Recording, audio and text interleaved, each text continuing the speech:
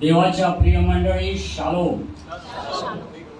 ख्रिस्त येशूच्या नावात प्रेमाचा सलाम. खरं म्हणजे सगळ्यात मोठी चर्च मध्ये आल्यानंतर सगळ्यात मोठी खतरनाक गोष्ट जर काय असेल तर हे समोर असलेलं घड्याळ. मला आठवतं एका ठिकाणी बहुतेक चर्च मध्ये घड्याळ समोर असतंच. आमच्या सारख्या प्रवचनकारांना कुठंतरी थोडस नियंत्रणात ठेवण्याकरता कदाचित ते आहे, त्याची जाणीव मला आहे. पण असं एक चर्च होतं जे हॉलमध्ये भरत होतं आणि त्या ठिकाणी मी गेलो आणि मी बघितलं त्या ठिकाणी घड्याळ नव्हतं. फार आनंद झाला, घड्याळ नाही.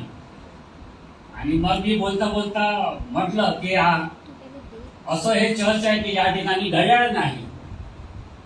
लोक थोडे चिंतित पडले. त्यातला एक जण शेवटच्या बेंचवर बसला होता, तो उठून उभा राहिला. पण बाळासाहेब मागं कॅलेंडर आहे हे तर लक्षात ठेवा. आज तुमच्यावर तसा प्रसंग येणार नाही, कॅलेंडर बघावं लागणार नाही. जो काही देवाचा मांडणं आहे तो ठराविक वेळेत विशिष्ट वेळेत तुमच्यापर्यंत पोहोचवण्याचा मी प्रयत्न करणार आहे. मी किती वेळ बोलणार आहे हे आमचं आणि बाळासाहेबांचं सिक्रेट आहे, ते मी सांगणार नाही. कदाचित नंतर तुम्हाला ते निश्चित कळेल. आज वर्धापन दिन, 60वा वर्धापन दिन. खरं म्हणजे माझ्या आजच्या प्रवचनाची प्रस्तावना अनयाने केलेली आहे. म्हणजे प्रस्तावना करायची गरज नाही, तुमचे 20 मिनिटं वाचले. थँक्यू अनया, इट वॉज ग्रेट. आवडलं. अगदी थोडक्या शब्दात तिने चर्च मंडळी याविषयी सांगितलं. प्रथमतः तुम्हा सर्वांना मी या 60व्या वर्धापन दिनाच्या माझ्या कुटुंबातर्फे आणि माझ्यातर्फे सदिच्छा देतो आहोत, शुभेच्छा देतो आहोत. आणि देव या मंडळीची वाटचाल निश्चितरीतीनं अत्यंत भरभराटीत आध्यात्मिकतेत होईल अशा माझ्या शुभेच्छा आहेत. वाढदिवस नाही का, तुम्हाला माहित नाही जर ते माझ्या फेसबुकवर मला फॉलो करताय, तुम्ही बघितलं असेल की जास्तीत जास्त वाढदिवस या महाराष्ट्रात मंडळीचे साजरा करणारी व्यक्ती जर कोण असेल, अभिमानाने सांगेन मी आहे. बहुतेक वाढदिवसाला मी आहे मंडळीच्या. आता हा योगायोग आहे की देवाची योजना आहे मला माहित नाही. आणि चर्च ऑफ क्राइस्ट मी तर ते अनुभवलेलं आहे. मी बारामतीला वर्धापन दिनाला होतो, श्रीगोंद्याला वर्धापन दिनाला होतो, आणि मला वाटतं इव्हन या ठिकाणी मला वाटतं गोवंडीला कुठेतरी मी त्या ठिकाणी पण होतो. साठेपाळच्या चर्च मध्ये की कधीतरी कदाचित ते वर्धापन दिन, वाढदिवस, कदाचित तो माझा आवडता विषय आहे. मंडळी, गेल्या 20 ते 30 वर्षात मी संपूर्ण महाराष्ट्रभर फिरलो. वेगवेगळ्या चर्चेस मध्ये मला डिनॉमिनेशन कधीच आडवं आलं नाही. कोणत्याही चर्च असो जाता आलं. बाळकांबरोबर जे माझे मित्र होते त्यांच्याबरोबर बसून गप्पा मारता आल्या. ज्या कमिटीज होत्या त्याबरोबर गप्पा मारता आल्या. मंडळीचे सभासद, तरुण यांच्याशी बोलता आलं. आणि हे जे काही मी आज तुमच्याशी बोलणार आहे यामध्ये टीका नसणार आहे, कारण मी टीका करायला या ठिकाणी आलो नाहीये. कारण वाढदिवसाचा दिवस आहे, टीका काय करायची. परंतु एकच प्रश्न मी विचारेल. मला वाटतं तुमच्या चर्चची ट्रॅडिशन आहे, प्रश्न विचारतात डिग्रीला, प्रश्न विचारतात आणि मग किचन बक्षीस पण देतात, असं मी ऐकलंय. तर ती ट्रॅडिशन असेल तर एक प्रश्न मला विचारायला पाहिजे मंडळी, आज वर्धापन दिन कुणाचा आहे? मंडळीचा? चांगलं उत्तर आहे. मग हे सांगा, तुम्ही बिल्डिंग का सजवली? हे बिल्डिंगला फुलं का लावले? आजचा वर्धापन दिन बिल्डिंगचा नाहीये आणि हे तुम्हाला कळत तुम्ही बोलून दाखवलंय. मंडळीचा आहे. या दगड धोंड्यांचा, या बिल्डिंगचा किंवा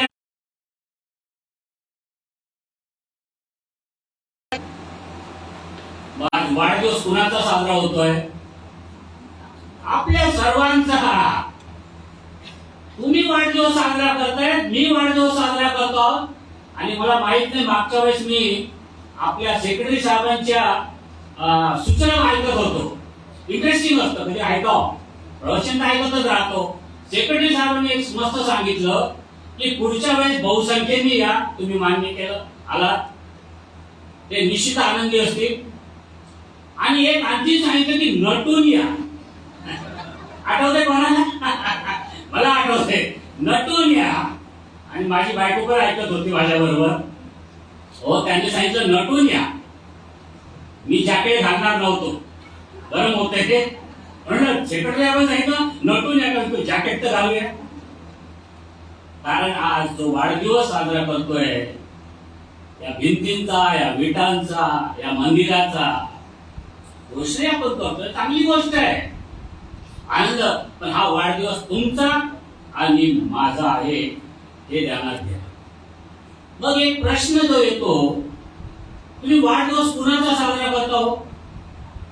रस्त्यावरचा कोणतरी माणूस वाढदिवस साजरा करतोय आणि तुम्ही लगेच जाता आम्ही वाढदिवस साजरा करायला आलो, होतं का असं? नाही. आपण अनोळखी माणसाचा वाढदिवस साजरा करत नाही, का त्याची आपली ओळखच नाही, काही साजरा करायचंय आणि जबरदस्तीने गेलोय एक प्रेक्षक म्हणून, त्यामुळे तुम्हाला आनंद पण वाटणार नाहीये, आहे ना? मग मला आज प्रश्न विचारायचा, देवाच्या प्रिय मंडळी, ज्याचा तुम्ही आज वाढदिवस साजरा करत आहात त्याची तुमची ओळख आहे का? ज्या मंडळीचा तुम्ही वाढदिवस साजरा करत आहात त्या मंडळीची तुम्हाला ओळख आहे? जर ओळख नसेल तर या वाढदिवसाला, या वर्धापन दिनाला अर्थ नाही. म्हणून आज आपण प्रथमतः या मंडळीची ओळख करून घेणार आहोत. कधी कधी आम्हाला त्याची कल्पना, ओळखच नसते आणि कधी आम्ही कोण आहोत हे पण माहित नसतं. मला आठवतं एक उदाहरण आहे. दोन दारुडे लोक दारू पीत बसले होते संध्याकाळचे. दारू पिऊन झाली, रात्र झाली, बाहेर आले झिंगत झिंगत इकडं तिकडं. पण त्यांना कळलं ना आपल्याला जायचं कुठे आहे, म्हणून त्यांनी इकडं तिकडं बघितले. हवालदार समोर दिसला, पोलीस. हे दोघे झिंगत झिंगत त्याच्याकडे गेले आणि त्या हवालदाराला विचारताय, तुम्हाला माहित आहे आम्हाला कुठं जायचंय? हवालदाराला असा प्रश्न तुम्ही उलटा सुलटा विचाराल तर तो हवालदार कसला? हवालदार म्हणतोय त्याच्याकडे रागाने बघून, तुम्हाला माहित आहे मी कोण आहे? तुम्हाला माहित आहे मी कोण आहे? ते दोघे दारुडे एकमेकाच्या नजरेने एकमेकांकडे बघताना म्हणतात, अरे ऐका, प्रश्न तर आपल्यापेक्षा खतरनाक आहे. आपल्याला माहित नाही कुठं जायचं, याला तर माहित आहे हा कोण आहे. म्हणजे विरोधाचा भाग जर सोडला, आज कदाचित हा संभ्रम आपला आहे. आपल्याला माहिती आहे आपण कोण आहोत. गेले 60 वर्ष आपण या वास्तूमध्ये येऊन देवाचं गौरव करत आहोत, पण या 60व्या वर्षी देखील आज आपल्याला मंडळीची ओळख आहे का? आणि मला वाटतं आजचा दिवस त्या करतात आहे. आणि सध्या मंडळी, चर्च याविषयी भरपूर गोंधळ आहे, संभ्रम आहे. प्रत्येक जण मंदिराकडे, मंडळीकडे एका वेगळ्या दृष्टिकोनातून बघत आहे. आणि आता तर ते नवीन चर्चेस निघायला लागलेत, नाही ऑनलाईन चर्च ऐकले. एक व्यक्ती मला सांगत होती, म्हटलं कोणत्या चर्चला तुम्ही जाता? आमचं ऑनलाईन चर्च आहे. आता पवित्र शास्त्रात टाकायला मला दिसलं नाही ऑनलाईन चर्च. बाकी सगळे चर्च, पण ऑनलाईन चर्च काय दिसलं? हा, ऑनलाईन वर्शिप असू शकते, ऑनलाईन उपासना असू शकते, पण ऑनलाईन चर्च नाही. हा एक आम्ही शोधलेली पळवाट आहे. आणि या 2 वर्षात जे आम्ही गमावलं मंडळी म्हणून, आम्ही एकत्र येणं सोडलं. इब्री 10 मध्ये 10व्या अध्यायात म्हटलंय, तुम्ही एकत्र या, एकत्र येण्याचं सोडू नका. पण हा दैवयोग म्हणा, आम्ही एकत्र येऊ शकलो नाही. मंडळी व्हर्च्युअल कधीच नव्हती. आमच्या सोयीसाठी आम्ही ते करत गेलो. आणि मंडळी तुम्हाला खरं सांगू, कधी तुमचा जर गैरसमज असेल की प्रवचन म्हणजे चर्च, झूट. प्रवचन म्हणजे चर्च नाहीये. चर्च यापेक्षा मोठं आहे, वेगळं आहे. आणि आज ते आपण जाणून घ्यायचा प्रयत्न करू. मी काल एक सर्वे बघत होतो. फॉक्स नावाची एजन्सी अमेरिकेमध्ये, त्यांनी एक सर्वे केला की जवळजवळ जे तरुण आहेत त्यापैकी 66% तरुणांना मंडळीत यायला आवडत नाही. 2/3 66%. काय झालं आमच्या मंडळांमध्ये? काय घडतं या मंडळीमध्ये? का संभ्रम? मी मंडळीला का जावं, चर्चला का जावं? मला वाटतं मागचा रविवारचा जो संदेश होता पाळसाहेबांचा तो अत्यंत उचित होता. त्यांनी जे दिलेलं कारण की हा शब्दात दिवस पवित्र आणि आशीर्वादित केलेला आहे देवाने. मला वाटतं त्याची आम्ही जाणीव त्यांनी करून दिली आणि आज त्याकडे आपण बघणार आहोत. आणि आम्हाला वाटत नाही हो, चर्चकडे बघण्याचे दृष्टिकोन वेगळे आहे. आणि कधी कधी असं आहे की काही काही लोक येतात. मी 2 वर्षांनी आज प्रथम माझा पहिलं प्रवचन आहे, म्हणजे जाणून घ्या, ज्याला आपल्या भाषेत ना बोहनी 2 वर्षानंतरची बोहनी आहे प्रवचनाची. कोणी त्याला मला काय करावं म्हटलंय आणि त्यांना मी सांगितलं माझ्या मित्राला माझं प्रेयर पार्टनर आहे की म्हटलं मी आता सेवकायला बाहेर पडतो आहे. तेच मी म्हणत होतो की देव तरी वाघाला किती दिवस पिंजऱ्यात ठेवणार आहे. मी काही वाघ नाही, आपण प्रत्येक जण वाघ आहोत, पण पिंजऱ्यात होतो 2 वर्ष. आज बाहेर पडलो आणि त्या दिवशी आपण त्याकडे बघणार आहोत. कधी कधी लोकांना मंदिरात यायला आवडत नाही आणि वेगवेगळ्या प्रकारचे लोक आहेत. काय येतात हा माझा विषय नाहीये, त्याकडे मी आज देणार नाही जास्त, कारण मी मंडळीच्या संदर्भात बोलणार आहे. पहिला विषय आहे, काही लोक आहेत त्यांना मी ECG ख्रिश्चन माहित आहे, काही लोकांना माहित असतं. ईस्टरला येतात, क्रिसमसला येतात, गुड फ्रायडेला येतात. ECG नंतर कधीच येत नाही. त्यांचा ऑनलाईनशी संबंध नाही, काही संबंध नाही. काही लोक पहिल्यांदा कधी हॅचिंगला येतात, मुलगा पैदा झाल्यानंतर मूल जन्माला आल्यावर अर्पण करायला. मॅचिंगला येतात लग्न करण्याकरता आणि डिस्पॅचिंगला येतात शेवटच्या क्षणी. आम्ही आमचं गणित असं रचलं आहे की आम्ही कधी जायचं, का जायचं, म्हणजे आमचा जो संभ्रम आहे, जर तुम्हाला कळलं की मंडळी काय आहे, चर्च काय आहे, तर हे आम्ही केलं नसतं. आणि लक्षात ठेवा, आपल्या मंडळीचं नाव आहे चर्च ऑफ क्राइस्ट. हे नाव फक्त तुमचं नाही आहे, बऱ्याच मंडळ्या आहेत. कुठं क्राइस्ट चर्च आहे, कुठं चर्च ऑफ क्राइस्ट आहे. कुणाची आहे मंडळी? ख्रिस्ताची मंडळी आहे. आणि आज आपण उपाय समयात आहोत. या उपाय समयामध्ये तुम्ही जर लक्षात ठेवलं की तुमच्या मंडळीची ओळख तुम्हाला करून घ्यायची आहे, तर या मंडळीचं नाव तुमच्या मनात बिंबलं पाहिजे. हे पठार बाळासाहेबांचे चर्च नाहीये, इथल्या कमिटीचं चर्च नाहीये, तुमच्या ट्रस्टींचं चर्च नाहीये. हे चर्च आहे चर्च ऑफ क्राइस्ट, ख्रिस्ताचं चर्च आहे. आणि त्यांनी किती भरले तो पैसे त्याचे? मला आठवतं मिरजेला गेलो होतो, त्यांनी मला सांगितलं आम्ही 4 करोड खर्च करून मंदिर बांधलं आहे. म्हटलं तुम्हाला एक सांगू, मंदिराची किंमत तुम्हाला पैशात मोजता येणार नाही. या चर्च ऑफ क्राइस्टची, या मंदिराची किंमत तुम्हाला पैशात करता येणार नाही मंडळी, कारण याची किंमत आहे येशू ख्रिस्ताचं निष्कलंक शुद्ध रक्त. अशी किंमत करणार तुम्ही, पण हे आम्हाला कधी कळलंच नाही. मग या उपासमयात, या लेनच्या दिवसात आमच्या मंदिरावर आम्ही मोठमोठे क्रॉसच्या प्रतिमा लावतो. आमच्या ऑल्टरवर बऱ्याच बहुतेक ठिकाणी ऑल्टरवर वधस्तंभाची प्रतिमा असते, आमच्या गळ्यात वधस्तंभाची प्रतिमा असते. कधी विचार केला की या वधस्तंभाचा आणि ख्रिस्ताचा काय संबंध आहे?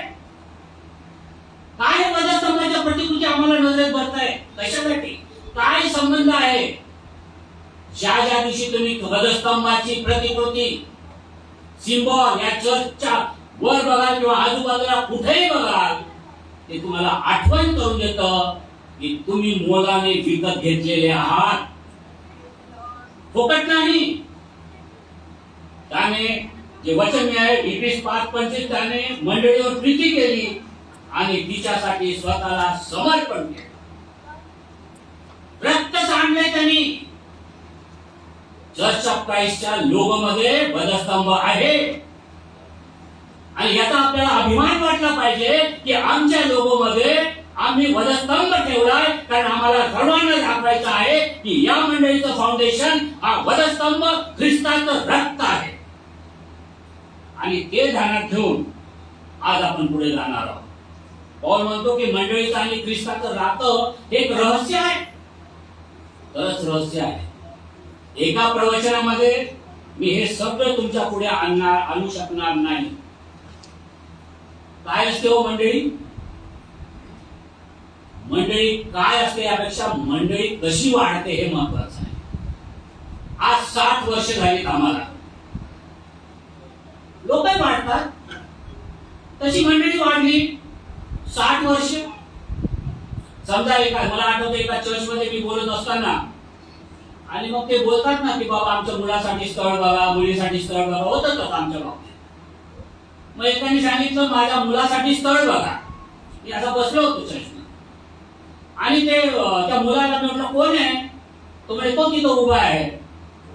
अरे म्हटलं इकडे ये, इकडे ये, तुझं नाव काय? तो तिथूनच आला हळूहळू बोलत, तुझं नाव काय बेटा? विजय.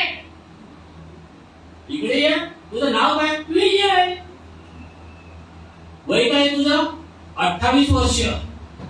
अरे 28 वर्षाचं पोर, तरुण पोर कसं बोलायला पाहिजे? माझं नाव विजय आहे. विजय. कसली वाढ आहे ही? वाढ आहे. 28 वर्षाचं तर माझे विजय. ही वाढ नाही मंडळी. आज 60 वर्ष झाली तुम्हाला. तुमची वाढ तुमच्या शब्दातून, तुमची वाढ तुम्ही ज्यांच्याने एकत्र येता, तुमच्या आध्यात्मिक जीवनातून दिसली पाहिजे. नाहीतर विजयपेक्षा वेगळं नाही तुम्ही. लक्षात घ्या. तुम्ही कोणी सांगता आमच्याकडे भरपूर बँक बॅलन्स आहे. मी वेगवेगळ्या मंडळात जातो, मला बँकेची फिगर पण माहित असते. एवढे फिक्स आहे, इथं ठेवले, तिथं ठेवले. आमच्याकडे 5,000 लोक मेंबरशिप आहे. आमच्याकडे ते अमुक ऍक्ट्रेस पण येते, ती पण आमच्याकडे वर्शिप करते.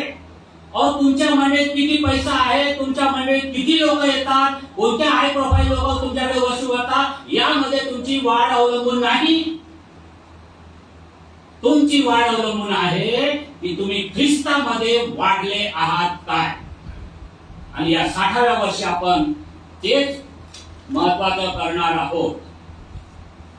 मग यानंतर ज्याकडे मी तुमचं विशेष लक्ष ओढणार आहे, प्रथमतः आपण हे जाणून घेऊया की मंडळी नेमकी काय. छोटी व्याख्या सांगायला हरकत नाही. बाकी एक्लेसिया, वर्ल्ड आउट वगैरे सगळे झालेले आणि सांगितले, त्याच्याकडे मी जाणार नाही. परंतु थोडक्यात जर मंडळीचं मर्म कळायचं असेल, अंतरंग कळायचं असेल तर त्याची व्याख्या आहे शुभवर्तमानाच्या द्वारे ज्यांच्या जीवनात बदल झाला, शुभवर्तमानाद्वारे ज्यांच्या जीवनात बदल झाला व ते देवाशी जोडलेल्या नवीन नात्यामुळे एकमेकांशी नवीन नात्यांनी बांधली जातात, ती आहे मंडळी. पहिली गोष्ट, शुभवर्तमानामुळे तुमचं तारण झालं, देवाबरोबर तुमचं नातं व्यवस्थित झालं आणि त्या नात्यामुळे तुमचं एकमेकाबरोबर नातं जुळलं गेलं. याला म्हणतात चर्च किंवा मंडळी. रिलेशनशिप, संबंध. तुमची वर्शिप, तुमचं प्रीचिंग, तुमचे बाकी काही सगळं चालतं, यापेक्षा त्याचा अंतर्गत केंद्रस्थानी जर काय असेल तर आपले एकमेकाशी असलेले संबंध आणि आपले देवाबरोबर असलेले संबंध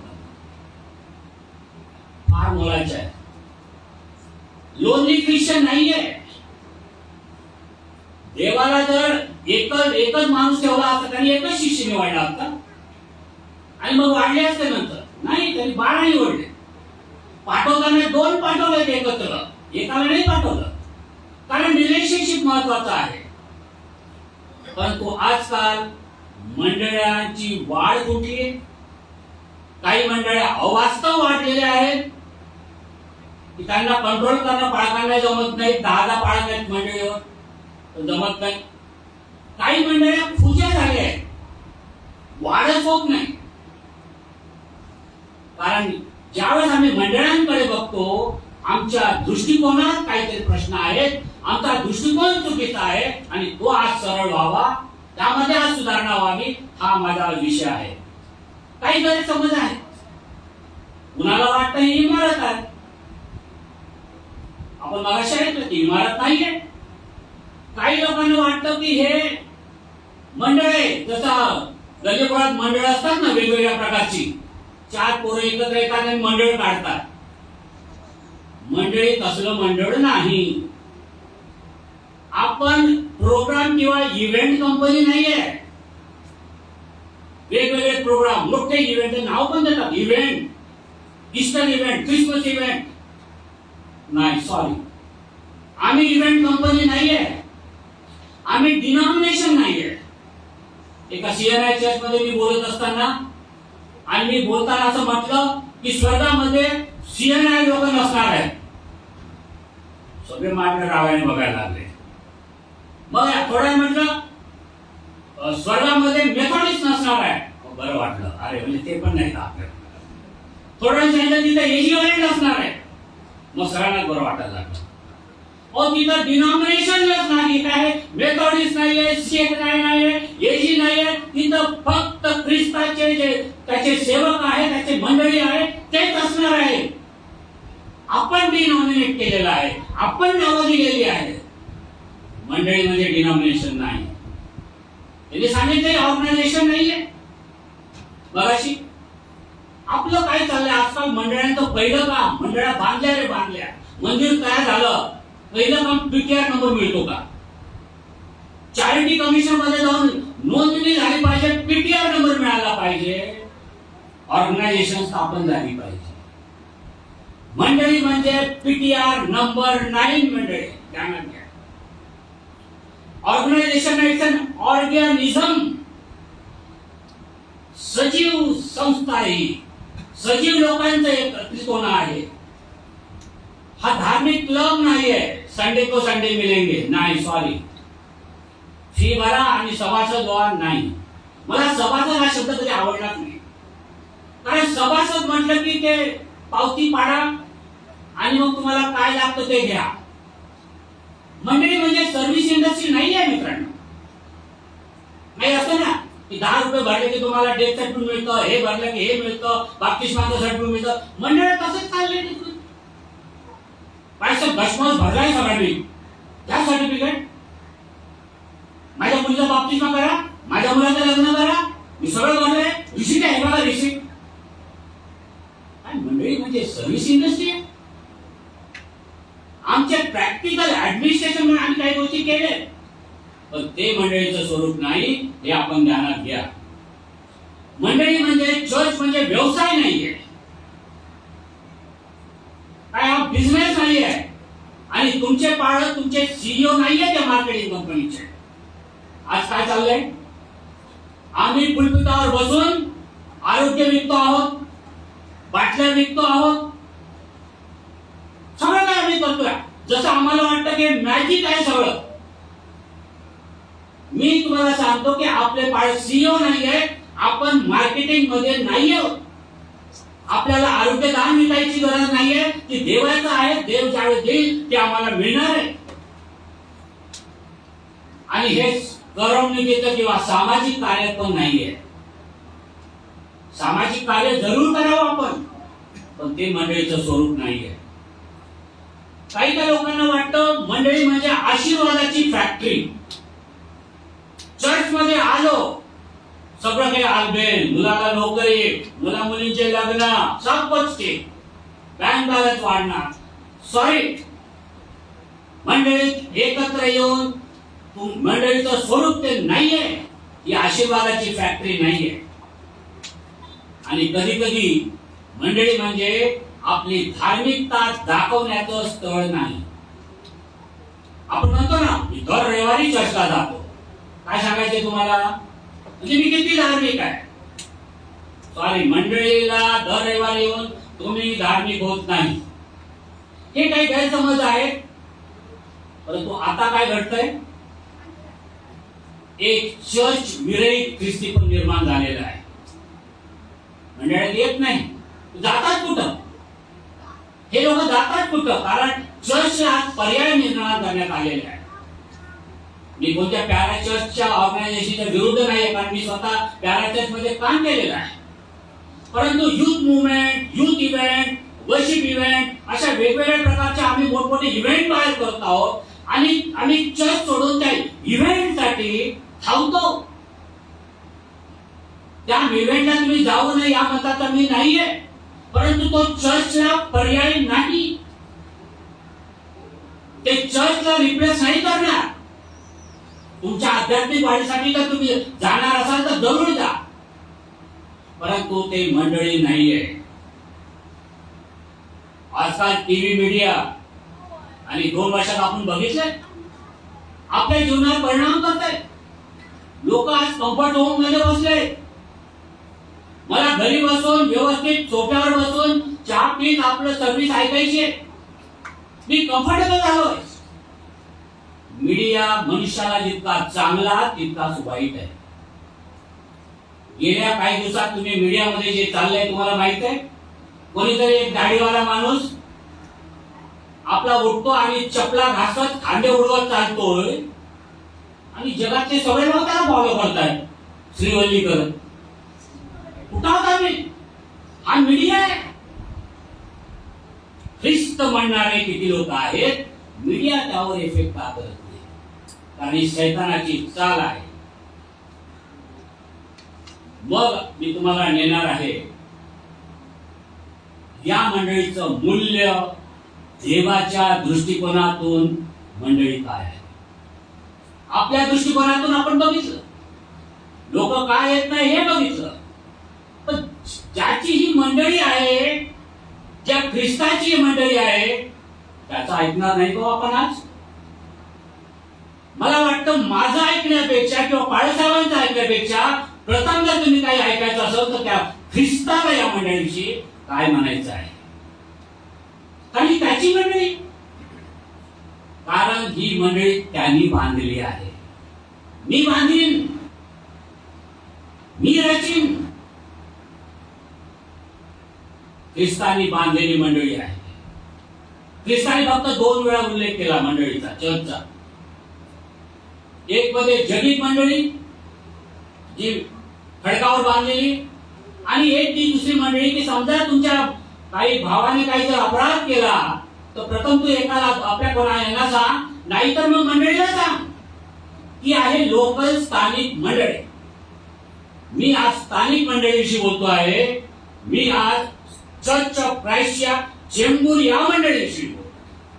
जगित मंडळीचं मेंबरशिप फार सोपी आहे. का तुम्ही काय अमेरिकेत जाणार नाही? ती जगित मंडळी फ्लोटिंग आहे, दिसत नाही आणि तिथं कोणी तुम्हाला बघत नाही. स्थानिक मंडळी महत्वाची आहे. पवित्र शास्त्रामध्ये जे काही लिहून ठेवलं आहे ते स्थानिक मंडळांविषयी आहे. ग्रंथी करा, एपीस करा, हलसे करा, स्थानिक मंडळ. आणि मी आज स्थानिक मंडळी बघतो आणि मला सांगितलं रक्ताने विकत घेतली आहे, फुकट नाही मिळाली. देवाने त्याच्याकरता मूल्य दिलेलं आहे. पौलाने 13 पत्र लिहिली, मंडळीला 9 पत्र लिहिली. यावरून ध्यानात घ्या मंडळी की तुम्ही किती मोलाचे आहात. 9 पत्र आणि 3 पत्र बाळकांना लिहिलेले आहे. त्याच्यावरून आपल्या ध्यानात घ्या मंडळी तुमचं मोल काय आहे. 7 समाजामधून ख्रिस्त स्वतः फिरतोय मंडळांमधून. झाले दर्शन कधी त्याच दिसला ख्रिस्त तुम्हाला? आणि इतकंच नाही तर स्वतः ख्रिस्त या 7 मंडळांना पत्र लिहितो आहे. त्या परिपूर्ण मंडळ्या होत्या का हो? कधी कधी आपण म्हणतो आमची मंडळी सगळ्यात चांगली, किंवा कधी कधी आम्ही मंडळा का सोडतो? नाही, काही दम नाही त्यामध्ये, काही अर्थ नाहीये. त्याला मी बटरफ्लाय ख्रिश्चन म्हणतो. या फुलपाखरावर बसायचं, पुढच्या रविवारी दुसऱ्या फुलावर जाऊन बसायचं. फुलपाखरासारखे आम्ही फिरतोय मंडळातून. तुम्हाला वाटतं की दुसरी मंडळी लायक आहे, परफेक्ट आहे, परिपूर्ण आहे? नाही. या जगामध्ये परिपूर्ण मंडळी ना पहिल्या शतकात होती ना आज आहे. जर परिपूर्ण मंडळी असती तर 13 पत्र पौलाला लिहावं लागले नसते, आणि जर परिपूर्ण मंडळी असत्या तर 7 पत्र ख्रिस्ताला लिहावं लागले नसते. आणि कुणाला लिहिल्या? जी कोमट आहे, जिनं पहिलं प्रेम सोडलं. वाचा कधी पत्र. देवाला आपली काळजी आहे. परिपूर्ण अशी मंडळी शोधण्यामध्ये, परफेक्ट मंडळी शोधण्याकरता प्रयत्न करू नका. मी नेहमी सांगतो की ज्या मंडळीत तुम्ही आहात त्या मंडळीत तुम्ही राहा. कधी म्हणतात आमचे पाळक बरोबर नाही, आमची कमिटी बरोबर नाही. मी म्हणतो कमिटी तुम्ही सोडून गेला चर्च, मग तुमचे पाळक चांगले होणार आहे? तुमची कमिटी रात्रीतून चांगली वागणार आहे? नाही. प्रश्न आहे की आम्ही जे स्वतःला चांगले समजतो, आम्ही धार्मिक समजतो, आम्ही मंडळाकडून दुसरीकडे जातो आणि तिथं जे नको करायला पाहिजे ती मंडळी पण जी परफेक्ट वाटण्यासाठी होते तिला परिपक्व करतो. मला वाटतं जॉन स्टॉटने एक सांगितलं होतं, जॉन स्टॉट देवाचे सेवक, त्याला कोणतरी विचारलं की लंडन मध्ये मला एक परफेक्ट चर्च दाखवा. जॉन स्टॉट म्हणतायत मला तर काही बाबा असं परफेक्ट चर्च आतापर्यंत दिसलं नाही, पण समजा तुला सापडले एखादं परफेक्ट चर्च, परिपूर्ण चर्च लंडन मध्ये, तर तू जर त्याचा मेंबर झाला तर ते त्या दिवसापासून इनपरफेक्ट होईल. असंच आहे. आपण आपले विकनेस म्हणून मंडळी, मी तुम्हाला सांगितलं, मी तुमच्यावर टीका नाही करत आहे, तुम्हाला दोष लावण्याकरता टीका नाही आलं. कारण हा प्रश्न जितका तुमचा आहे तितका माझा आहे, कारण मी पण मंडळी आहे. म्हणून आत्मचिंतनाकरता, तुम्हाला प्रोव्होक करण्याकरता, उत्तेजन देण्याकरता का आपण एकत्र यायचो? एकमेकाला उत्तेजन देण्याकरता. मला फार ज्ञान भरले डोक्यात आणि तुमच्या पुढे पाठ बोलून निघून जाण्याकरता मी इथं आलो नाही. अशक्य आहोत आम्ही मंडळ्या. मी नेहमी म्हणतो की परिपूर्ण मंडळी मला महाराष्ट्रात नाही सापडले, कारण महाराष्ट्रात भरपूर फिरलो. आम्ही भांडणार, आम्ही रुसवे उभं करणार, आम्ही एकमेकाला शिवीगाळ पण केलेली आहे, आम्ही कोर्टात पण जाणार, सगळं आम्ही करणार आहोत. परंतु ही जी मंडळी आहे प्रियांनो, हीच खरी मंडळी आहे. देवाला धार्मिक लोकांची काही क्लब तयार करायचा नव्हता. त्यांनी आम्हाला एकत्र केलं कारण आम्ही तो येईपर्यंत, तो आल्यानंतर त्याच्या समोर निर्दोष आणि निष्कलंक उभं राहायची आज गरज आहे. या मंडळीला घ्यायला तो परत येणार आहे, हे ध्यानात द्या. काय काळजी आहे आपल्या ख्रिस्ताला? विचार केला? तो आम्हाला घ्यायला परत येणार आहे.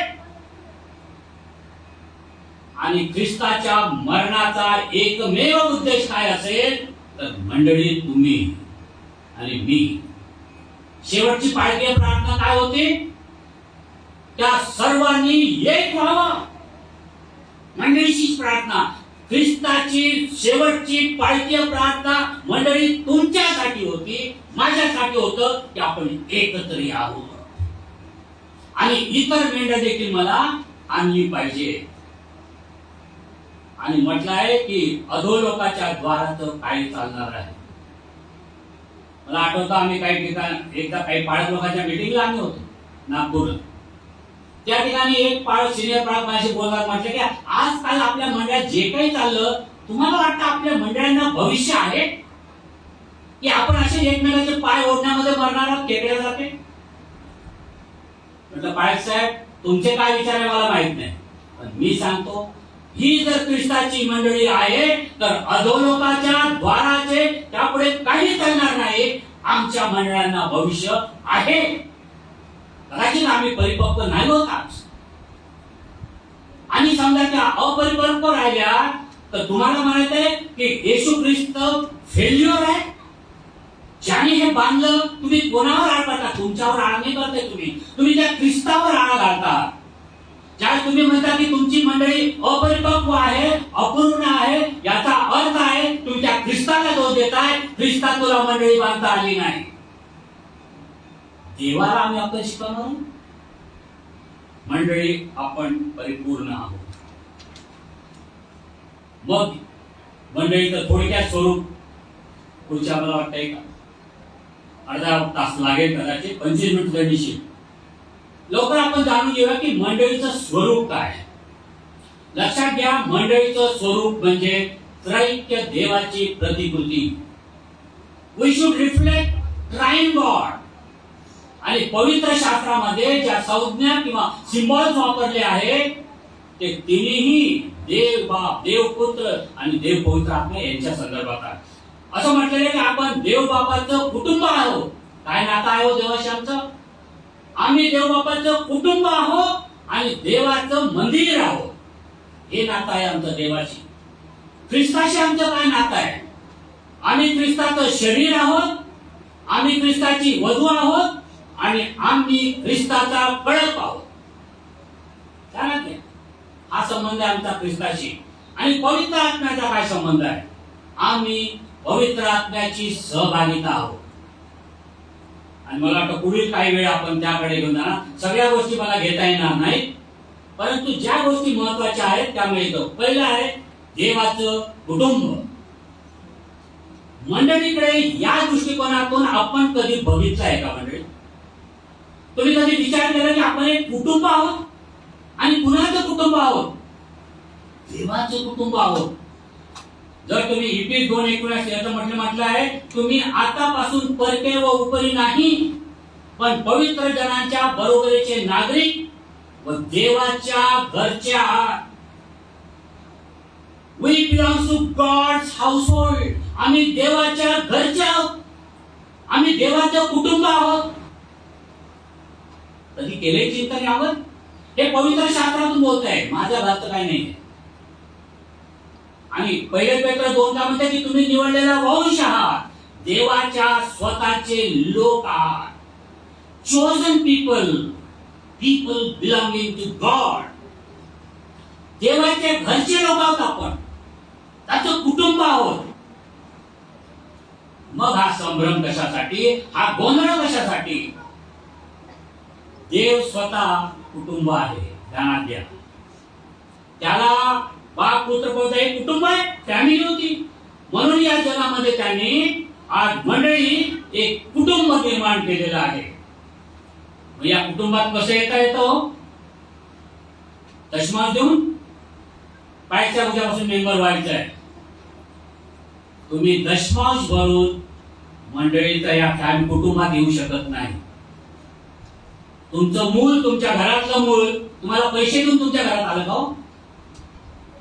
नाही. कारण कुटुंबामध्ये, जर देवाच्या कुटुंबामध्ये जर तुम्हाला जन्मायचं असेल तर एक तिथं जन्मलं पाहिजे, ते शक्य नाही. किंवा तुम्हाला त्या देवाने दत्तक घेतलं पाहिजे. आम्ही दत्तक घेतलेले आहोत.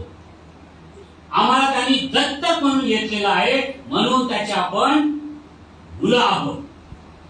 आम्हाला एकच पिता आहे. कोणाच्या घरात 2-3 पिता आहेत का? नाही. एक घर, एक कुटुंब, एकच बाप. पवित्र शास्त्र तेच म्हणते Eph 4:6 मध्ये, देव जो सर्वांचा पिता तोही एकच. आपल्याला बाप निवडायची परवानगी दिलेली नाही. इथं आहे का कोणी की ज्यांनी आपला स्वतः निवडलाय? म्हणजे मी मुलाविषयी विचारतो, आईविषयी निवडल्या कोणी मुलांनी पैदा व्हायच्या आधी मेरा बाप अमिताभ बच्चन राहिला? नाही. ती आम्हाला ती संधीच नाही, तसं घडतच नाही. आणि दुसरं आहे, आपल्याला आपले भाऊ बंद निवडण्याची परवानगी देवानी दिली नाही. मला लाभ वाटतो, मुकेश अंबानी माझा भाऊ असता तर बरं झालं असतं. अमिताभ बच्चन माझा भाऊ असता तर बरं झालं असतं. मला वाटलं होतं का? आता माझा लहान भाऊ आहे, पाळक आहे, नाही पटत आमच्या कधी कधी एका वेळेस. परंतु तो आता माझं पटत नाही म्हणून तो माझा भाऊ नाही का कॅन्सल झाला का? नाही. मधु माझा भाऊ आहे, कारण त्याचा बाप आणि माझा बाप एक आहे. म्हणून मंडळी, मला तुम्हाला सांगू द्या, आज तुमच्या बाजूला जे कोणी बसले आहे त्यांचं तुमचं पटवून तुमचं त्यातलं भांडण असो की न असो, तो तुमचा भाऊ आहे, ते तुमची बहीण आहे. तुम्हाला तुमचे भाऊ निवडण्याचा अधिकार देवानी दिलेला नाही, हे ध्यानात. आणि असं म्हटलेल्या कुटुंबाला अवयवाची उपमा दिली आहे ना, पुढे बघणार आहोत. आणि असं म्हटलेलं आहे की या अवयव, तुम्ही जर पत्र बघितले आहे त्याच्यामध्ये त्यांनी सांगितलं आहे, पहिले पर्यंत 12-18, देवाच्या इच्छेने शरीरामध्ये प्रत्येक अवयव लावून ठेवला आहे. तुम्ही या मंडळीचे अवयव आहात, सभासद आहात, कारण हे देवाच्या इच्छेने घडलं आहे. तुम्ही दशमांश भरला, फॉर्म भरून दिला सभासदाचा, म्हणून तुम्ही या कुटुंबाचे सभासद नाही. Chosen by God. देवाच्या इच्छेने हे प्रत्येक अवयव, हाताच्या ठिकाणी, डोळ्याच्या ठिकाणी, हे सगळं करणारा कोण आहे? देव स्वतः. मंडळी वाढते कशी? आजकाल चर्च ब्रोकर फार मोठमोठे सेमिनार होतात. मंडळी कशी वाढवायची, भाषण होतात, मिटिंगा होतात. मिटिंगा देऊन मंडळ वाढत नाही, माहित आहे? मला माहित आहे किती मंडळामध्ये 10 संयोजनाच्या डब्यात आल्या, पण मंडळी तेवढीच आहे, नाही वाढली. त्यातला मी एक प्रवचनकार मी पण होतो. संदेश देऊन मंडळ नाही वाढत. मग वाढतात कशात? पहिल्या शतकातील मंडळीकडे झाला, देव त्यांच्यामध्ये तारण झालेल्यांची दररोज त्यामध्ये ऍडिशन करत होता, वाढ करत होता. कोण आणत होतो? मंडळांमध्ये वाढ कोण करत होतं? कोण घेऊन येतं? देव स्वतः. तशी मंडळी वाढते. आणि एक लक्षात ठेवा, आपला जन्म झाल्यावर नवीन बाळ कुठं जन्म वाढतो? बहुतेक आता मॅटर्निटी होम मध्ये वाढतात, नाही का? लहान मुलं मॅटर्निटी होम मध्ये जन्माला येतात. ते मॅटर्निटी होम मध्ये जन्माला आल्यानंतर तिथंच वाढतं का होते? नाही ना. काही दिवस तिथं राहतो, मग त्याला वाढ होण्याकरता कुठं आणावं लागतं? घरात, कुटुंबामध्ये. म्हणजे तसंच आहे. तुमचं तारण कुणाच्या मीटिंग मध्ये जाऊ नये. ते मॅटर्निटी होम रामबाबूचं होतं की आम्ही बिली ग्रामचं होतं मला माहित नाही, परंतु तुमची वाढ तिथं होणार नाहीये. त्या मॅटर्निटी होम मध्ये तुम्ही वाढणार नाही. तुम्हाला वाढण्याकरता मंडळी पाहिजे, घर पाहिजे, कुटुंब पाहिजे. आज लोक घर शोधत आहेत, ब्रोकन फॅमिलीज आहेत. त्यांचं ह्या ब्रोकन फॅमिली, हे अस्ताव्यस्त भेटणाऱ्या लोकांना मंडळींना आपलं घर उपलब्ध करून द्यायची गरज आहे. ते करण्यात गरज आहे. आणि दुसरा आहे प्रियांनो, मगाशी मी बोलतो ना, मंडळात सोडून आम्ही जातोय, इकडची मंडळी तिकडची मंडळी फिरत राहतो. या कुटुंबामध्ये, तुमच्या कुटुंबामध्ये मला माहित नाही, मी विचारतो एक प्रश्न, तुमच्या कुटुंबामध्ये राजीनामा देतात का? माझा मुलगा आशीर्वाद, तो एक दिवस आला, एका कागदावर लिहिलं, प्रिय पप्पा, आजपासून मी या घराचा राजीनामा देत आहे. मला दिलं, मग मी आलं, मी वाचलं, राजीनामा दिलं, अप्रूव्ड. होतं का असं? तुमचा मुलगा राजीनामा देऊन जाऊ शकतो का? नाही. सभासद होऊ शकता दुसऱ्या. मी मंडळीच्या सभासदा, मंडळीच्या ज्या कुटुंबाचा जो घटक आहे त्याच्याविषयी बोलतोय. राजीनामा देता येत नाही. आणि हे कुटुंब मिक्स आहे हो. मला माहित नाही, देवानी कधी साधे सरळ लोक निवडलेच नाही. बघा तुम्ही, 12 शिष्य 12 डोक्याची, एक अति तापड, एक चोर बुद्धीचा, एक महत्वाकांक्षी, मिक्स लोक घेतले त्यांनी. एक जबाबदार, पैसे मारणारा, एक फिश करणारा, वेगवेगळ्या प्रकारची लोक घेतले. रागड तापड, वेगवेगळ्या प्रकारची मिळते ना. मंडळांमध्ये असे लोक दिसले तर आपल्याला वाईट का वाटावं? काही पेत्रे असतील, काही योहान असतील, काही जकादार असतील, असू द्या, मत्ते असतील, पण ते तर कुटुंब आहे ना. ओ, देवाने फरक केला नाही.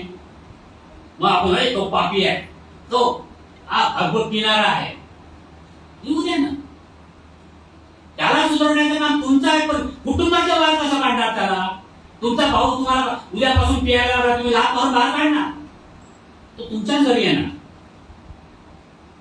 देवाने मिक्स कुटुंब, 12 वंश, वेगळ्या प्रकारचे लोक होते सगळे. यामध्ये असलेली विविधता ध्यानात घ्या. मग आपण कुटुंबामध्ये आपल्याला काय मिळतं.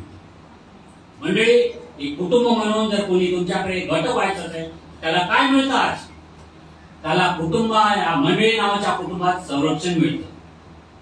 आपण सुरक्षित आहोत त्या शैतानापासून.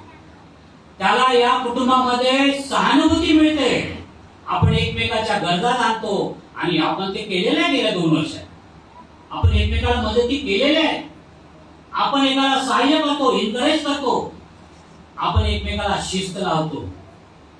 कुटुंबामध्ये आपण एकमेकाला शिस्त लावू शकतो. आपण एकमेकाला क्षमा करू शकतो आणि एकमेकाबरोबर आपण एकनिष्ठ राहू शकतो आणि एकमेकावर आपण अवलंबून राहू शकतो. या गोष्टी आहेत 7 गोष्टी ज्या आपल्याला या मंडळी नावाच्या कुटुंबातून मिळतात. मला वाटतं आता टाइम होतोय, मी करत लवकर येतो. आणि सगळ्यात एक विनंती करीन मित्रांनो, कुटुंब तोडू नका. कुटुंब तोडू नका. जे देवाने जोडलं ते तोडू नका. हे नुसतं पती पत्नीच्या बाबतीत नाही, मंडळीच्या बाबतीत पण. तुम्हाला आवडेल का तुमचं कुटुंब तुटलं? तुमचा भाऊ निघून गेला, आई निघून गेली, बाप निघून गेला, आवडतं का ते तुम्हाला? मग मंडळी नावाच्या कुटुंबातून तुमचा शेजारी, तुमचा ओळखणारा जर तो बाहेर जातो आहे आणि मंडळी तोडतो आहे, कसं सहन करता तुम्ही? पुढे नको जायला. देवाकडून सहाय्य नको मागायला. आपण घर तोडू नका आणि एकत्र राहा. काय असतं आपल्या मंडळांमध्ये वेगवेगळ्या प्रकारचे ग्रुप्स असतात, असावेत. मी तर म्हणतो काय, कारण प्रत्येकाचे आपले असते ना वेवलेंथ असते. पण कधी कधी जे माझे जे आता वार्धक्यामध्ये आहेत अशा लोकांना मी कधी कधी तरुणांबरोबर जाऊन बसा. तरुणांना मी विनंती केली, कधी कधी त्या म्हाताऱ्यांबरोबर बसा. थोडं म्हातारा ग्रुप एकत्र, तरुणांचा ग्रुप एकत्र.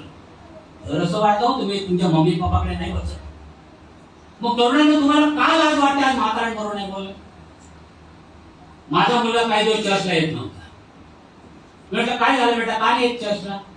काय चर्च सुटलं की तुमच्याकडे म्हातारे सगळे पॉलिटिक्स बोलत असतात. आमचा अशक्तपणा, आम्ही पॉलिटिक्स बोलतो. म्हातारे लोकांचे काही अवगुण आहेत. एकत्र येणं जरुरी आहे. कुटुंबात ते घरायला पाहिजे. दुसरं आहे, आपण ख्रिस्ताचे शरीर आहोत.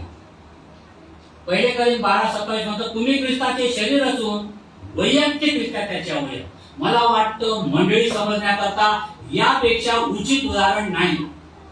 आपण एक शरीर आहोत आणि या शरीराचं मस्तक कोण आहे? येशू ख्रिस्त. चर्च ऑफ क्राइस्टचं मस्तक कोण आहे? ख्रिस्त. पण आज काय झालंय, समजा एखादा माणूस आला तुमच्या समोर इथून, एकदम एंट्री घेतली आणि त्याचं डोकंच नाही वर आणि आला असा चालत चालत, काय होईल तुमची अवस्था? भूत भूत भूत भूत. ज्याला मुंडका नाहीये, शीर नाहीये, काय ते भूत आहे, डेमन आहे. पण मंडळ्या मस्तकाशिवाय काम करताय, आम्ही त्यांचं आगत स्वागत करतोय. कसं शक्य आहे? ओ त्याचं शीर ख्रिस्त कुठं दिसत नाही आहे. ख्रिस्त नसेल तर मंडळी नाही. चर्च ऑफ क्राइस्टला राहणार, वाढू शकणार नाही. आणि हेडलेस चर्च, शीलविरहित चर्च अयोग्य आहे. आज आपण त्याचे अवयव म्हणून आहोत. बऱ्याच गोष्टी आहेत, आता वेळ असल्यामुळे सगळ्या देणार नाही. पण एक लक्षात ठेवा, शरीराची उपमा देण्यामागे देवाचा उद्देश होता आपल्या अवयवाचा एकमेकाशी संबंध. हे शरीर कुठून आज्ञा घेतो? मस्तकातून. ज्या दिवशी आपण मस्तकापासून आज्ञा घेणार नाही त्या दिवशी आपले संपले. सर्व शरीर मिळून एक हाय बनतं नाही का? चांगले शरीर आहे, चांगले अवयव आहेत, वाईट अवयव आहेत, पण ते सगळे त्याच्यामध्ये आहे का मोठा लहान? तसं नाही, आपण एकत्र आहोत. आणि सगळ्यात महत्वाचं आहे प्रियानो, अवयवांनी एकमेकाची काळजी घेतली पाहिजे. कधी तुम्ही बघा, मला आठवतं कधी कधी रात्री, एकदा रात्री झोपलो होतो आणि इथं माझ्या टकलावर इथं ताश येऊन बसला. रात्री झोपलेलो, कळलं माझ्या हाताला सगळं कळलं इथं डास बसलाय झाडाच्या टाकल्यावर. मग हात म्हटला का अरे टाकल्यावर बसला आपल्या काय बाबा जात आहे तो बघाय नाही. तो झोपेत तो आत निघाला आणि टाक नसायचं मारला. 2 मिनिटाचा तो मर्डर. हे आहे शरीराचं काम. एकमेकांच्या सुखात दुःखात आम्ही जाणं हे महत्वाचं आहे. हात म्हणत नाही हे डोक्याचं काम आहे, डोक्याला बघू द्या नाही. आणि ज्यावेळेस शरीरात काही दुःख येतं काय घडतो, समजा आपला हात कापला गेला एका दिवशी, काय होतं तुम्ही बघितलं? हात कापला, तुमचं शरीर हारायला लागतं नाही, तुमच्या डोळ्यातून अश्रू यायला लागतात का? हात कापला ना, मग डोळ्याला काय अश्रू पडायला पाहिजे, शरीर का हारायला पाहिजे?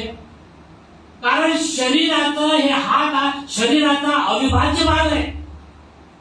जर त्या अवयवाला काही होत असेल तर पूर्ण शरीरावर त्याचा परिणाम होतो. हे जर या शरीरा बाबतीत घडतं, मंडळी नावाच्या शरीरा बाबतीत का घडू नये?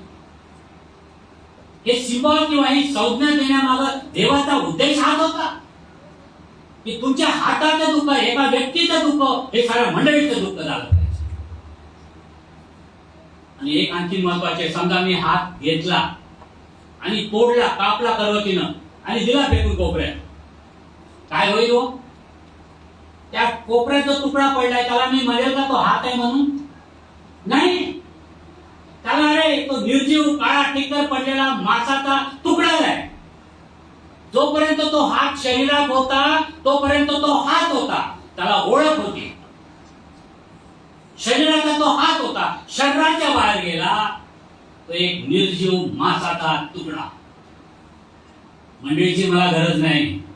मंडळी अशा बोलणाऱ्यांना मी आज सांगेन, मंडळीशिवाय तुम्हाला ओळख नाही.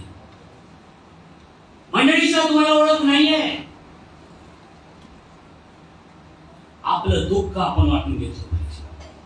आपली ओळख या मंडळीवर आहे. आपला तो संबंध आहे तो जैविक आहे, ऑर्गॅनिक आहे. आणि तो तोडायचा प्रयत्न करू नका. आणि मग मला वाटतं मी ख्रिस्ताचा कळप सोडतो, तर 1 सेकंदात बोलून घेतो. ख्रिस्ताचा कळप, आपण ख्रिस्ताचा कळप आहोत नाही का? प्रेषिताच्या पुस्तकामध्ये म्हटलंय की मंडळीसाठी त्यांनी कळप शब्द वापरला. या ठिकाणी आमचा मेंढपाळ कोण आहे? येशू ख्रिस्त. तुम्हाला माहिती आहे हा मेंढपाळ किती चांगली काळजी घेतो. ज्यावेळेस ते त्याचे घनिष्ठ नातं असतं, ज्यावेळेस ते मेंढू जन्माला येतं त्यावेळेस त्याचे डोळे उघडे नसतात. तो बारीक सुई घेऊन सुताने त्याचे डोळे उघडतो आणि त्याला जग बघायला मदत करतो. हे मेंढपाळ करू शकतो. कारण आम्ही ज्यावेळेस आंधळे या मंदिरात आलो, आमचे डोळे उघडले कोणी? या मेंढपाळाने.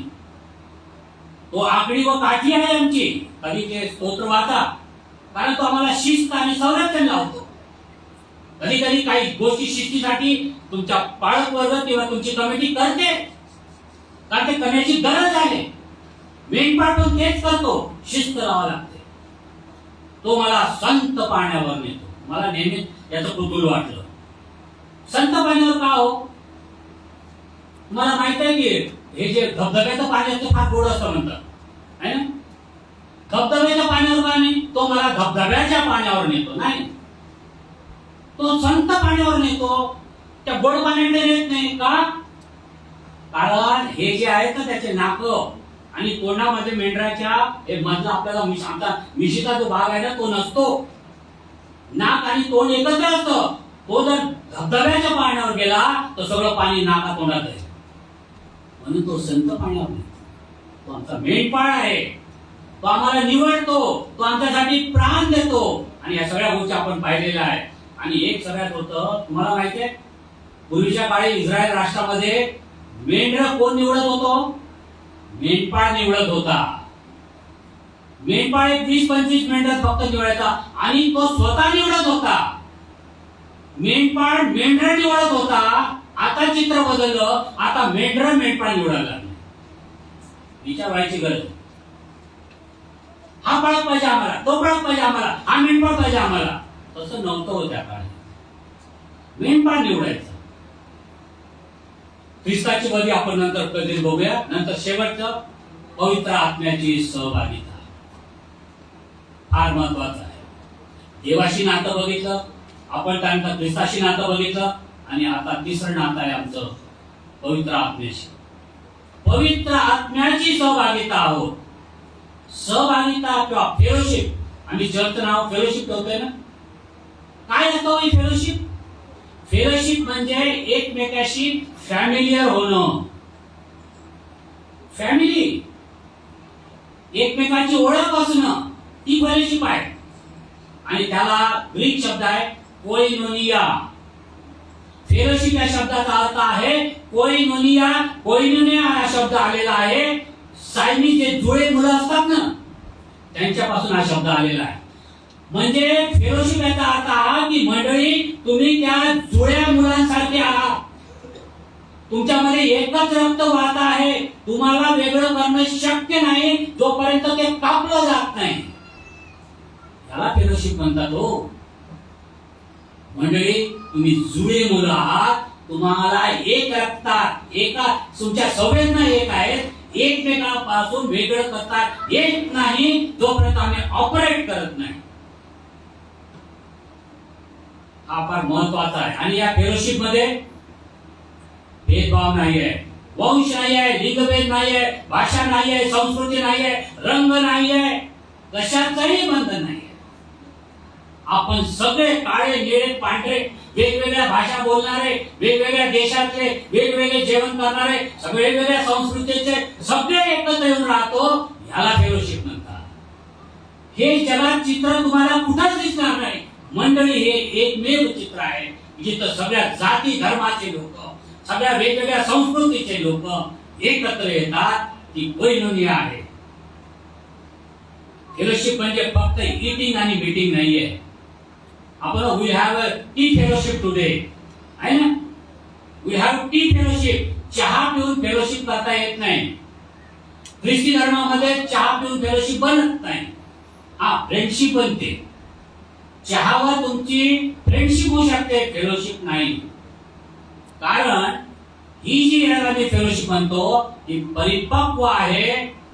फ्रेंडशिप आणि फेलोशिप मध्ये काय फरक माहिती आहे? फ्रेंडशिप काय असतं? समजा मी आज गेलो, फ्रेंडशिप संपली, मी काय फ्रेंड नाही कोणाचा. बॉडी काही कोणी मला फ्रेंड म्हणणार नाही, माझा फ्रेंड आहे, आणि नाही माझ्या बॉडी आलेली आहे. फ्रेंडशिप संपते. फेलोशिप मंडळी, तुमची फेलोशिप स्वर्गात पण आबाधित आहे. तुम्हाला सर्वांना तो घेऊन जातो आहे. फेलोशिप नष्ट होत नाही. आम्ही प्रयत्न नाही करणार. आजकाल फ्रेंडशिप जे आहे ना, एका बटनात फ्रेंडशिप नष्ट होते. माहिती आहे तुम्हाला, जे फेसबुकवर आहे, एखादा नाही आवडला, दाबलं डिलीट बटन, गाठ, अनफ्रेंड. मंडळी फेलोशिप तसं बटन आम्हाला या मंडळीत देवाने दिलेलं नाही. बटन दाबलं की फेलोशिप खतम. फ्रेंडशिप होऊ शकतो, हो, फेलोशिप नाही. हे आपण ध्यानात घ्यावं लागेल. कधी कधी आपल्याला आपली भाषा पण माहित नसते. मला आठवतं एका ठिकाणी मी परदेशात होतो, भाषा काय कळत नव्हती. आता माझा मुलगा स्वित्झर्लंडला आहे, तिकडे बहुतेक फ्रेंच बोलतात. पण तो कुठंतरी बोलताना एक व्यक्ती बोलली हालेलुया. मला भाषा येत नाही, पण हालेलुया म्हटलं की लगेच माझी म्हणा एक मिनिट थांब रे, हालेलुया कोण बोलते या देशात? मी त्याच्याकडे गेलो, आम्ही ख्रिश्चन, त्याला ख्रिश्चन शब्द समजतो. Yes brother, hallelujah. आम्हाला भाषा माहित नाही, आम्ही एकमेकाला ओळखत नाही, पण तू एक शब्द हालेलुया, ही फेलोशिप आहे फ्रेंड. त्याला भाषा लागली नाही, ओळख लागली नाही, आणि आम्ही एकत्र आलेलो आहोत. 5 गोष्टी महत्वाच्या आहेत ज्यामुळे फेलोशिप मिळते. एक बाप आहे आमचा, एक पवित्र शास्त्र आहे, आणि एक आमचं गंतव्य स्थान आहे. वेगवेगळ्या ठिकाणी आम्ही जाणार नाही, म्हणून आपण एकत्र राहणार आहोत. मग ही फेलोशिप टिकवायची कशी, टिकवणं फार महत्वाचं आहे. कसं टिकवायचं हो? मराठी 3:16 काय म्हणते, तेव्हा परमेश्वराचे बळ बाळगणारे एकमेकाशी बोलले, talk face to face. Fellowship टिकवायची आहे ना, इकडे बघतोय तो तिकडे बघतोय, फेलोशिप नाही राहणार आहे. मराठीच्या पुस्तकात म्हणतं एकमेकाशी बोला. नाही मी नाही तिच्याशी बोल, नाही मी नाही त्याच्याशी बोल. फेसबुकवर बोलून चालणार नाही, फेस टू फेस बोलावं लागेल. आम्ही फेसबुकवर का बोलतो? Face to face. ते तिकडे दिसले आम्ही इकडे जातो, हा इकडे गेला तिकडे जातो. फेलोशिप जर टिकवायची असेल तर आम्हाला फेस टू फेस जगावं लागेल. प्रिय मंडळी, माझा वेळ संपलेला आहे. संपल्या गोष्टी मला सांगायला पाहिजेत, कारण हा माझा सेमिनारचा विषय आहे. त्यामुळे सगळ्या गोष्टी मला एकच, काही गोष्टी तुम्ही मागच्या वेळेस ऐकल्या असतील, पण एकच आहे, ध्यानात घ्या. तुम्ही मूल्यवान आहात, रक्ताने विकत घेतलेले आहात, तुम्ही ख्रिस्ताचे आहात, तुम्ही देवाचं कुटुंब आहात, तुम्ही ख्रिस्ताचं शरीर आहात, तुम्ही त्याचा कळप आहात, तुम्ही त्याची वधू आहात आणि तुम्ही पवित्र आत्म्याची सहभागीता आहात. मला वाटतं ह्या गोष्टी ध्यानात ठेवा. असं जर आज तुम्हाला कळलं तर त्या हवालदाराने विचारलेला प्रश्न आपल्याला विचारायचा आहे, मैं कौन हूं, पहचान कौन, असं आम्हाला विचारायची गरज लागणार नाही. आपली पहचान, आपली ओळख मंडळी म्हणून, कुटुंब म्हणून, कळप म्हणून, पवित्र आत्म्याच्या सहभागिता म्हणून ही ओळख घेऊन आम्ही बाहेर पडायचं. आज आपण सगळे एकत्र आलो, देव बाबाची मी त्याकरता स्तुती करतो. फार बरं वाटतं. मी सांगितलं मी 2 वर्षानंतर बाहेर पडलोय आणि माझा पहिला संदेश आहे. आणि आता नंतर मी बाहेर पडतोय, कोडोलीला जातोय, कोल्हापूरला जातोय. देव बाबांनी रस्ते तयार केले. कृपा करून माझ्यासाठी प्रार्थनेत आठवण ठेवा. 2 वर्षात बराच म्हातारा झालो. मध्ये कोरोनाला पण सामोरं गेलो आणि मी कोरोना असल्यामुळे बाहेर जात नव्हतो. पण देवाला वाटलं तुला कोरोनाला घाबरतो काय, म्हणून जानेवारीत कोरोनाला पण सांभाळतो. माणसाला सुधारण्याकरता देव कसा वागतो काही सांगत नाही. कोरोनाला घाबरतोय ना, त्यांनी माझी भीतीच काढून टाकली. आम्ही संपूर्ण घर कोरोनाला सांभाळतो आणि आज आम्ही देवाच्या सेवकाई करता बाहेर आहोत. बरेच संदेश आहेत, सगळे संदेश आज बोलता येत नाहीत. मरणानंतर काय, मरणाविषयी, प्रार्थनेविषयी, वधस्तंभाच्या वाटेवर, हे सगळे माझे संदेश, जवळपास 65 संदेश YouTube चॅनल आहे माझं. जर तुम्ही फेसबुक किंवा युट्यूबला असाल तर डॉक्टर ज्ञानेश्वर सोहळकर हे जर चॅनलला गेलात तरी जवळजवळ 60 ते 65 संदेश तुम्हाला ऐकायला मिळतील. आपल्या सवडीने ते ऐकू शकतात. या चॅनलला सबस्क्राईब करा. मुद्दाम सांगतो, आता गैरसमज करून घेऊ नका. माझा TRP वाढवायचा नाहीये, परंतु जितके जास्त सबस्क्रायबर तितकं जास्त ते वचन लोकांपुढे जातं. हा युट्यूबचा काहीतरी त्यांच्याकडे काही त्यांचा स्रोत आहे, त्यांचा पॉलिसी आहे. जरूर करा. देवबाप तुम्हाला आशीर्वाद करो. सन्माननीय पाळक साहेब, तुमचे मी विशेष आभार मानतो. आणि कमिटी, तुम्ही मला बोलावलं आणि मी म्हटलं नाही, बोनी आहे माझी, बोनी आणि आपलं बोनी म्हणजे पहिलं तसे माझ्या प्रवचनाची 2 वर्षानंतरची बोनी आशीर्वादित झाली असेल. तुम्ही आशीर्वादित झाले असाल असा माझा विश्वास आहे. आपण एकमेकासाठी प्रार्थनेत राहू. मी वेळात संपवायचा प्रयत्न केला. मला वाटतं 5-10 मिनिटं पाहायचं जास्त झाले, परंतु मला वाटतं तेवढी मला तुम्ही क्षमा करू निश्चित करू शकता. God bless you. God be with you. Thank you. सुंदरशा वाचनाबद्दल परमेश्वराला धन्यवाद. देवाचं गौरव करूया की आजच्या आपल्या या 7व्या वर्धापन दिनानिमित्ताने परमेश्वराचं वचन आपल्याकडे आलेलं आहे. प्रभूचे आभार आणि उपकार मानूया. देवाच्या लोकांना खरोखर परमेश्वर चांगला आहे.